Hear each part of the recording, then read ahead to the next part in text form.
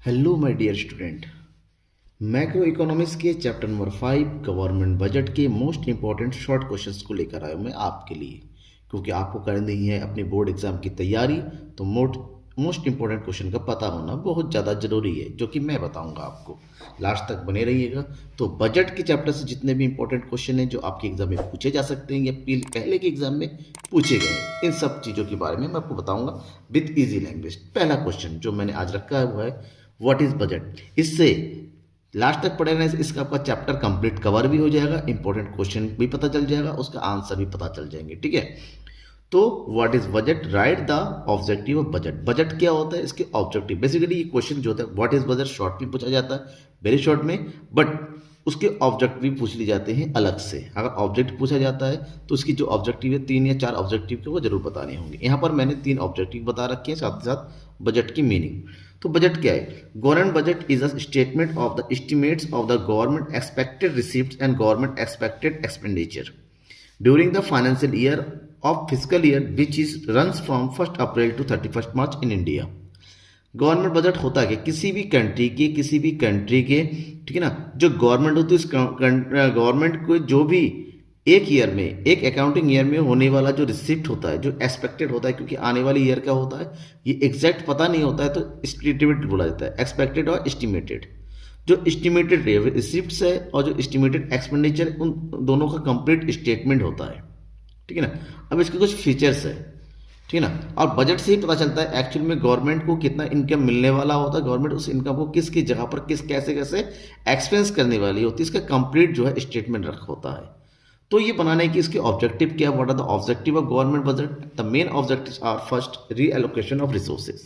Government अपने budget के through जो है अपने कंट्री के रिसोर्स को रीएलोकेट करती है। जहाँ ज़्यादा एक्सपेंस करने की जरूरत होती है वहाँ ज़्यादा करती है, जहाँ पर कम करने की जरूरत होती है कहाँ कम करती है। गवर्नमेंट अपने बजट के through redistribution of income and wealth. Government अपने बजट के थ्रू इनकम और वेल्थ का रीडिस्ट्रीब्यूशन हो, equal distribution, equal distribution, equity, मतलब जो पुअर पीपल होती है उनकी इनकम और जो अमीर लोग होते हैं, रिचेस्ट होते हैं, उनकी इनकम के बीच की जो गैप है कम से कम किया जाए। इसके लिए गवर्नमेंट टैक्स सिस्टम यूज करती है। अमीरों पर ज़्यादा टैक्स लगाया जाता है और पुअर पीपल के ऊपर कम टैक्स लगाया जाता है। Next, economic stability. गवर्नमेंट का सबसे मेन इंपॉर्टेंट वर्क होता है कि इकोनॉमी की स्टेबिलिटी को जो है स्टेबल रखा जाए, मतलब उसमें कोई फ्लैक्चुएशन ना आए। That means increase in price और डिक्रीज इन प्राइस, ये सबको मेंटेन रखने का काम गवर्नमेंट अपने बजट के थ्रू करती है। राइट, समझ में आ गया। बाकी आंसर आपके सामने लिखा हुआ है। Next question, question number 2, explain public goods and private goods. क्योंकि ये क्वेश्चन भी आपसे बहुत ज़्यादा पूछा गया है कई बार, इसलिए मैंने इसको लिया है। पब्लिक गुड्स ज़्यादा पूछा जाता है, बट यहाँ पर प्राइवेट गुड्स के बारे में भी जानना जरूरी है। तो पब्लिक गुड्स क्या होती हैं? The goods which cannot be provided through the market mechanism and hence must be provided by the government are called public goods। ऐसे goods जिनको गवर्नमेंट प्रोवाइड करती है और जिसका प्रोवाइड करने का जिम्मेदारी जो है प्राइवेट सेक्टर के हाथों में नहीं होती है, ठीक है ना, और वो नहीं भी कर सकती है। जो पब्लिक के वेलफेयर के लिए होते हैं, पब्लिक के सर्विस के लिए होते हैं, ऐसी चीज़ को गवर्नमेंट प्रोवाइड करती हैं और इन्हें पब्लिक गुड्स के नाम से जानते हैं। फॉर एग्जांपल, ठीक है ना, this goods have 2 important features. इस गुड में 2 इंपॉर्टेंट फीचर्स होते हैं, नॉन रिवलरियस एंड नॉन एक्सक्लूसिव। ना ही एक्सक्लूसिव होता है ना रिवलरियस होता है। जैसे रोड बना दिए, ठीक है ना, गांव में रोड बन गए, शहर में रोड बन गए, पब्लिक टॉयलेट्स बन रही हैं, पार्क्स बन रही हैं। तो ये सब चीज़ें क्या होती है? पब्लिक गुड्स होती है, जो आम पब्लिक के लिए होती है, सबके लिए होता है एक साथ, किसी एक प्राइवेट आदमी के लिए नहीं होता है। जबकि प्राइवेट गुड्स क्या होती हैं? Private goods which can be provided through market mechanism. ऐसे गुड्स जिसको मार्केट मैकेनिज्म की मार्केट के थ्रू प्रोवाइड किया जा सकता है, पैसे के थ्रू कोई भी परचेज कर सकता है। Transaction between individual consumers and producers. जो कंज्यूमर और प्रोड्यूसर के बीच में ट्रांजेक्शन होता है उसको हम पब्लिक गुड्स के नाम से जानते हैं। फॉर एग्जांपल, फूड आइटम्स होते हैं, क्लॉथ्स होते हैं, शूज़ होते हैं, ये सब प्राइवेट गुड्स होते हैं कि वो पैसा देता है और परचेज कर लेता है। ठीक है। The third question is how the government budget can help in fair distribution of income and in the economy. Economy में आप इनकम का रीडिस्ट्रीब्यूशन करने में किस तरह से बजट हेल्प करती है। ओके, तो गवर्नमेंट का काम ही होता है बजट के थ्रू जो है लोगों की जो इनकम के बीच के गैप है कम से कम किया जा सके। और कैसे किया जा सके मैंने पहले ऑब्जेक्टिव ऑफ बजट में बताया था, फिर भी यहाँ पर कंप्लीट पूछा जा रहा है रिडिस्ट्रीब्यूशन के बारे में, तो आप उसके बारे में बात करते हैं। Even distribution of income, wealth and social welfare is one of the main objective of the budgetary policy. Her budgetary policy का सबसे मेन होता है कि कंट्री के बीच में जो डिस्ट्रीब्यूशन होता है वो सही से हो। अब इसके लिए government uses progressive taxation policy to reduce the inequalities of income and wealth in the country। तो इस चीज़ को कंप्लीट करने के लिए, जो इनइक्वलिटीज़ को कम करने के लिए, इनकम को रीडिस्ट्रीब्यूट करने के लिए गवर्नमेंट जो होती है प्रोग्रेसिव टैक्स पॉलिसी का यूज़ करती है। तो यहाँ पर समझना पड़ेगा कि प्रोग्रेसिव टैक्स पॉलिसी क्या होता है। प्रोग्रेसिव टैक्स पॉलिसी का मतलब होता है लोगों की इनकम के अकॉर्डिंग टैक्स रखना। जिसकी इनकम जितनी ज़्यादा उस पर उतना ज़्यादा टैक्स, जिसकी इनकम जितनी कम उस पर उतना कम टैक्स। ठीक है, that means people will higher income और levied higher tax. Higher tax income के ऊपर हायर टैक्स लगता है और लोअर इनकम के ऊपर लोअर टैक्स लगता है। Other hand the government spend this tax received on granting subsidies and providing other public services such as health and education.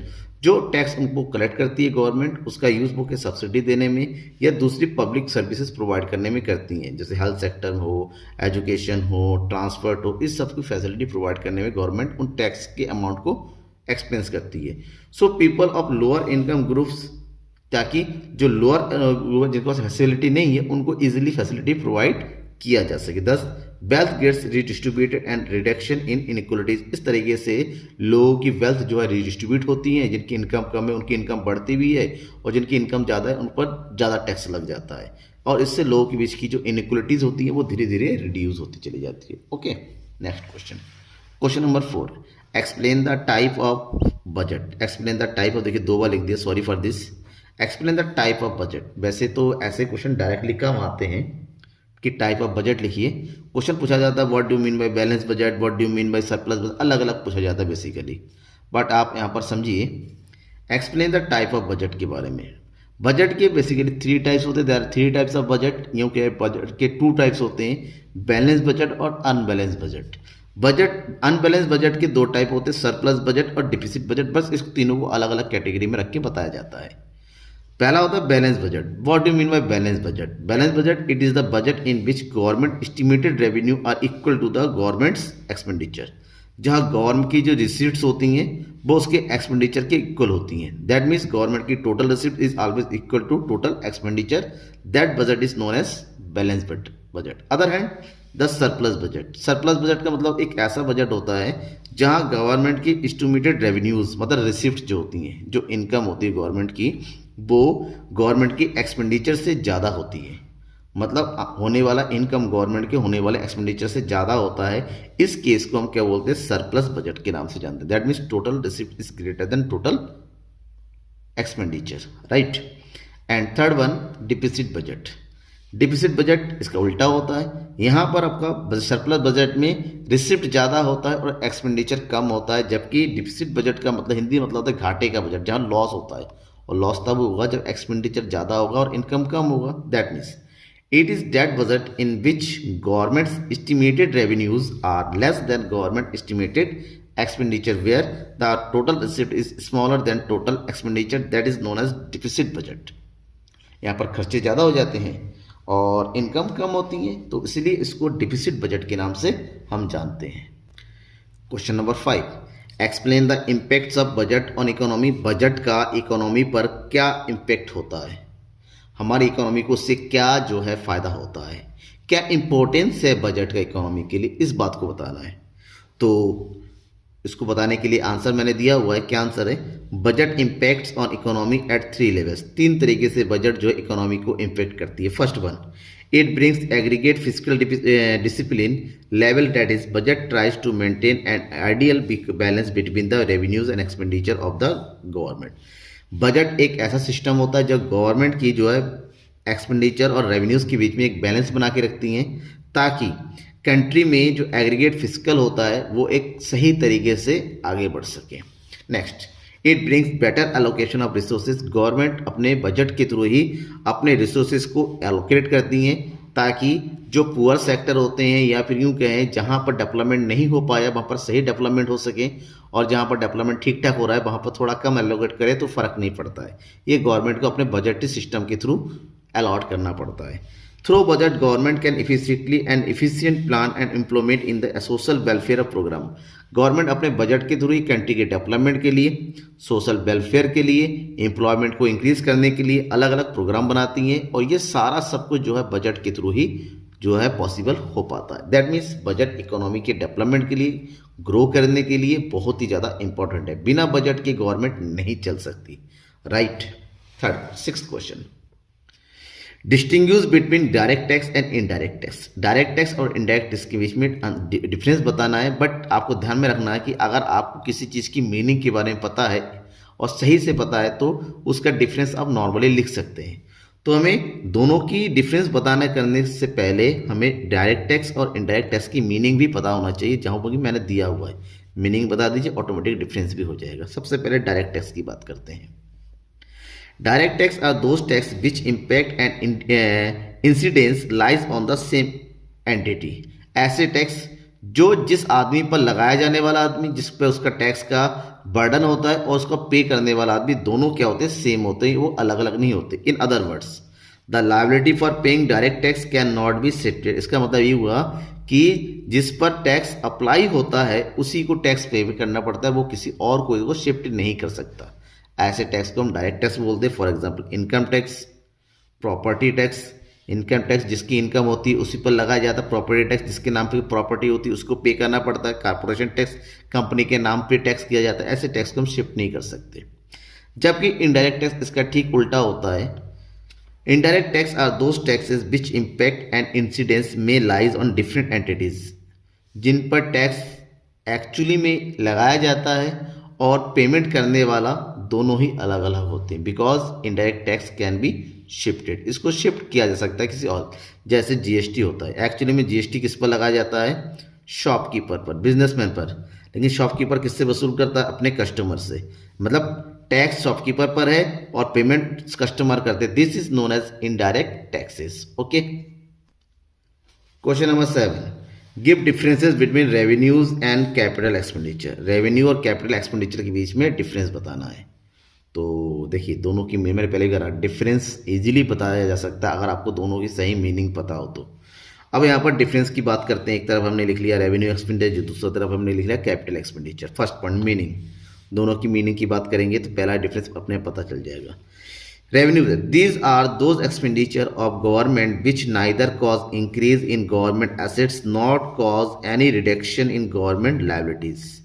ऐसे एक्सपेंडिचर होते हैं जहां पर पैसे तो खर्च होते हैं लेकिन इससे ना ही आपके एसेट्स इंक्रीज होते हैं ना ही आपकी लायबिलिटी डिक्रीज होती है। ऐसे एक्सपेंसेस को जो जनरल पर्पस के लिए होते हैं, नॉर्मल फंक्शन के लिए होते हैं, ऐसे एक्सपेंडिचर को हम रेवेन्यू एक्सपेंडिचर कहते हैं। जबकि इसका ठीक ऑपोजिट होता है, it is the expenditure of the government which leads to either increase in government assets और रिडक्शन इन गवर्नमेंट लायबिलिटी। या तो इससे एसेट्स बढ़ेगा या तो आपकी लायबिलिटी कम होगी। ठीक है। नेक्स्ट, पर्पस क्या होता है इसका, it spend on normal functions of government departments and various provisions. इसका यूज़, इसका खर्च जो होता है गवर्नमेंट के नॉर्मल फंक्शंस को ऑपरेट करने के लिए होता है। गवर्नमेंट के दूसरे जो छोटे छोटे एक्सपेंसेस होती हैं उसको कंप्लीट करने के लिए होते हैं। कंट्री के डेवलपमेंट के लिए कुछ ऐसे वर्क भी होते हैं जो नॉन कैपिटल होते हैं जो गवर्नमेंट खर्च करती है कंट्री के लिए। जबकि कैपिटल एक्सपेंडिचर क्या होता है, it is spend on acquisition of assets, repayment of borrowings and granting of loans. ये एसेट्स बिल्ड करने के लिए, लोन के पेमेंट करने के लिए, या फिर जो है दूसरे से उधार लेने के लिए, रीपेमेंट को वापस करने के लिए किया जाता है। ठीक है ना। जबकि नेचर क्या होता है, it is a recurring expenditure. एक रिकरिंग एक्सपेंडिचर होता है जो कंटिन्यूस भी में होता रहता है, but it is non recurring expenditure, वो कंटिन्यूस नहीं हो पाता है। ठीक है। अब एग्जाम्पल की बात करें, जैसे रेवेन्यू एक्सपेंडिचर की एग्जांपल है ओल्ड एज पेंशन देना, सब्सिडीज प्रोवाइड करना, स्कॉलरशिप देना, स्कॉलर सैलरीज वगैरह प्रोवाइड करना, गांव के छोटे मोटे रोड बनवाना, एजुकेशन हेल्थ सेक्टर में खर्च करना, ये सब आपका रेवेन्यू एक्सपेंडिचर की कैटेगरी में आता है। जबकि अगर कैपिटल एक्सपेंडिचर की बात करें तो ऐसे एक्सपेंडिचर जैसे कंस्ट्रक्शन ऑफ नेशनल हाईवे अगर बन गया, रोड बन गया, तो कई सालों तक रोड बनी रहती है, एसेट्स है। रीपेमेंट ऑफ लोन, लोन कम कर दिया तो लाइबिलिटी कम हो जाती है। री इस्टेब्लिशमेंट ऑफ फैक्ट्री, फैक्ट्री लगाई है तो कंपनी के जो एसेट्स बढ़ेंगे कंट्री के, तो ये सब जो है आपके कैपिटल एक्सपेंडिचर होते हैं। ठीक है, आगे बढ़ते हैं। Question number 8, explain plan expenditure and non plan expenditure. Plan expenditure और नॉन प्लान एक्सपेंडिचर क्या होता है इसकी बात करें तो प्लान एक्सपेंडिचर क्या होता है?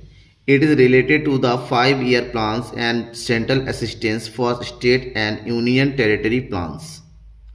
ये ऐसे प्लान एक्सपेंडिचर होते हैं, ऐसे प्लान होते हैं जो 5 ईयर प्लान के थ्रू या सेंटर के थ्रू किसी वर्क के स्पेशल प्लान के थ्रू एक्सपेंस होता है, कि इसकी प्रॉपर प्लानिंग होती है।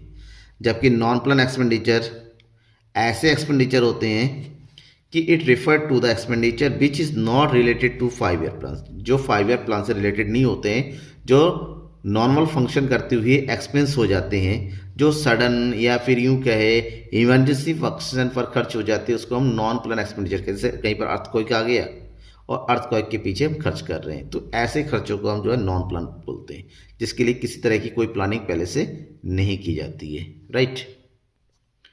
Question number 9, what do you mean by public expenditure? Public expenditure क्या होता है? ठीक है, तो government activity participate in the economic activities of the country. Government जो होता है कंट्री की इकोनॉमिक एक्टिविटी के डायरेक्ट पार्टिसिपेट होता है। The expenses which are include by the government in development of the infrastructure are known as public expenditure. किसी भी country के डेवलपमेंट के लिए इंफ्रास्ट्रक्चर का होना जरूरी है, तो गवर्नमेंट उस कंट्री के इंफ्रास्ट्रक्चर को डेवलप करने के लिए जो भी एक्सपेंस करती है, उस एक्सपेंस को हम पब्लिक एक्सपेंडिचर के नाम से जानते हैं। जैसे रोड बनाना, ठीक है ना, ट्रांसपोर्ट फैसिलिटी को डेवलप करना, ओके, हॉस्पिटल बिल्डअप करना, स्कूल कॉलेज के ऊपर पैसे लगाना, ये सब आपका गवर्नमेंट के पब्लिक एक्सपेंडिचर होते हैं। पब्लिक एक्सपेंडिचर को 2 कैटेगरी में डिवाइड किया गया है। एक होता है डेवलपमेंट एक्सपेंडिचर और सेकंड होता है नॉन डेवलपमेंट एक्सपेंडिचर। तो सबसे पहले डेवलपमेंट एक्सपेंडिचर का मतलब होता है it relates to the growth and development activities of the government. Government की ग्रोथ एंड डेवलपमेंट के लिए खर्च किया जाता है।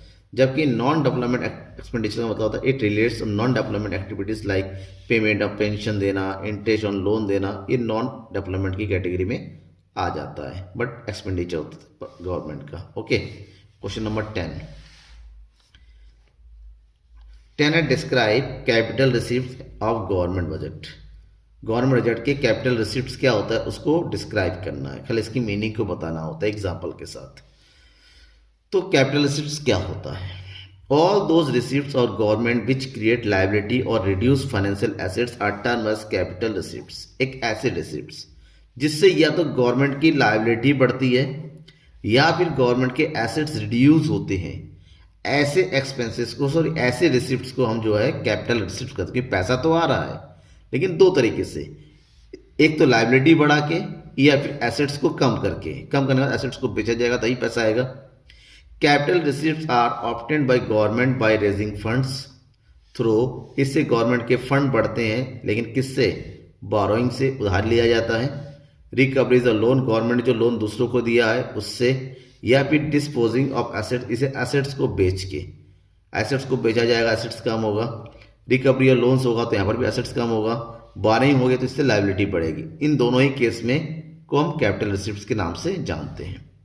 Next question, question number 11, is budget deficit, sorry is deficit budget a sign of government inefficiency. क्या deficit budget बनाना इस बात को बताता है कि गवर्नमेंट इनसफिशिएंट है, गवर्नमेंट की इनसफिशिएंसी है, गवर्नमेंट जो है अपने आप को जो है सक्षम नहीं है? क्या ये है? लेकिन नहीं। Our deficit budget is not a sign of government efficiency. ये गवर्नमेंट की इनएफिशिएंसी का साइन बिल्कुल नहीं है, because in fact budgetary deficiency may be a plan strategy of government during a period of depression when the government needs to increase the expenditure. अगर किसी country के expenditure को बढ़ाना है, एक्सपेंडिचर बढ़ेगा, डिमांड बढ़ेगी, डिमांड बढ़ेगा तो प्रोडक्शन होगा, प्रोडक्शन होगा तो एम्प्लॉयमेंट बढ़ेगा, एम्प्लॉयमेंट बढ़ेगा तो लोगों की इनकम बढ़ेगी। तो इस स्ट्रेटजी में गवर्नमेंट अगर अपने एक्सपेंडिचर को अपने इनकम से ज़्यादा रखती है, उसके लिए बोरोइंग करनी पड़ेगी। और जो बजट होता है उसको बोलते हैं हम डिफिसिट बजट। इससे गवर्नमेंट की इनसफिशिएंसी का नहीं, जबकि ये बताता है गवर्नमेंट जो है कंट्री के एक्स्ट्रा डेवलपमेंट के लिए, कंट्री के एम्प्लॉयमेंट को बढ़ाने के लिए, आउटपुट लेवल को बढ़ाने के लिए खर्च कर रही है। It is only when expenditure increase that there is a increase in AD. इससे कंट्री का एडी बढ़ेगा, एग्रीगेट डिमांड बढ़ेगा और इसका रिजल्ट ये आएगा रिक्वायर्ड टू कॉम्बैट डिप्रेशन, और कंट्री का जो डिप्रेशन लेवल है वो धीरे धीरे कम होता चला जाएगा। Okay, question number 13, explain revenue deficit in a government budget. एक गवर्नमेंट बजट का रेवेन्यू डिफिसिट क्या होता है? Revenue deficit when the revenue deficit receipts are less than the revenue expenditure। एक ऐसी सिचुएशन जहां पर गवर्नमेंट की जो रेवेन्यू एक्सपेंडिचर होता है वो अपने रेवेन्यू रिसीप्ट से ज़्यादा होता है, तो उन दोनों का जो डिफरेंस होता है उसको हम रेवेन्यू डिफिसिट के नाम से जानते हैं। That means revenue deficit equal to revenue expenditure minus revenue receipts. इसमें केवल रेवेन्यू आइटम ही आता है, कैपिटल आइटम नहीं होता। आपको पता है कि रिसिप्ट दो तरह के होता है, revenue receipts and capital receipts, और एक्सपेंडिचर भी दो टाइप का होता है, रेवेन्यू एक्सपेंडिचर एंड कैपिटल। इसमें केवल रेवेन्यू को इंक्लूड करते हैं। The main implications of revenue deficit. Revenue deficit की इम्प्लीकेशंस क्या होते हैं इकोनॉमी पर? First, high revenue deficit leads to inflationary situation in the economy. अगर रेवेन्यू डिफिसिट बहुत ज़्यादा है इसका मतलब इन्फ्लेशनरी सिचुएशन पैदा हो सकती है।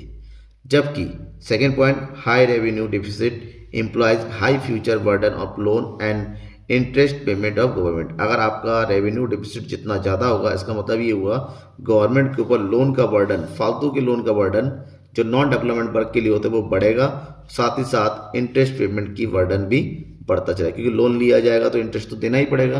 तो दोनों ही इंक्रीज होना गवर्नमेंट के लिए सही नहीं होता, इकोनॉमी के लिए सही नहीं होता है। Question number 13, explain fiscal deficit. अब हमने रेवेन्यू डिफिसिट पढ़ लिया, फिस्कल डिफिसिट भी पढ़िए। Fiscal deficit in a government budget. Government budget का फिस्कल डिफिसिट क्या होता है?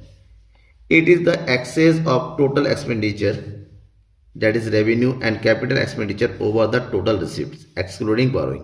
इसके अंदर total receipts and total expenditure को इंक्लूड करते हैं बट बोरोइंग को छोड़ देते हैं। दैट मीन्स टोटल एक्सपेंडिचर में revenue expenditure and capital expenditure दोनों आएगा, जबकि टोटल रिसिप्ट्स में भी रेवेन्यू रिसिप्ट एंड कैपिटल दोनों आएगा। बट ध्यान रखना इसमें बोरोइंग को इंक्लूड नहीं करते। दैट मीन्स फार्मूला बन जाता है कि fiscal deficit equal to total expenditure minus total receipts excluding borrowing. क्योंकि इन दोनों का डिफरेंस जो होता है तभी बोरोइंग करनी पड़ती है। बोरोइंग को इंक्लूड करेंगे दोनों का डिफरेंस जीरो हो जाएगा। हमें ये पता करना होता है हमें कंट्री के डेवलपमेंट के लिए कितना बोरोइंग करनी है, उसी के लिए जितना एक्सपेंडिचर है उसमें से उसकी रिसिप्ट्स को माइनस कर दो, जो भी डिफरेंस आएगा वो होगा fiscal deficit. Fiscal deficit indicates the following situation. किसी भी कंट्री के लिए जो सिचुएशन बनाती है वो कौन कौन से? First, high borrowing requirements of government. इससे ये पता चलता है गवर्नमेंट को बोरोइंग की कितनी ज़रूरत है। High interest payment of government. इससे ये भी पता चलता है गवर्नमेंट का इंटरेस्ट पेमेंट कितना होने वाला है। और increase foreign dependence of the economy का फॉरेन के ऊपर डिपेंडेंस बढ़ता चला जाता है। ओके, तो ये थे आपके गवर्नमेंट बजट के मोस्ट इंपॉर्टेंट क्वेश्चन जो आपके एग्जाम में लगातार पूछे जा सकते हैं। तो कैसे रहा आपको आज का ये क्लास? क्या सारे टॉपिक्स आपको समझ में आ गए? क्वेश्चन आपके लिए इंपॉर्टेंट है या नहीं है? किसी भी तरह का कोई डाउट है, कमेंट बॉक्स आपके लिए। कमेंट करके मुझे अपने सजेशंस को, अपने इंपॉर्टेंट क्वेश्चंस को, अपने डाउट्स को बता सकते हैं। Thank you everyone, bye, good night.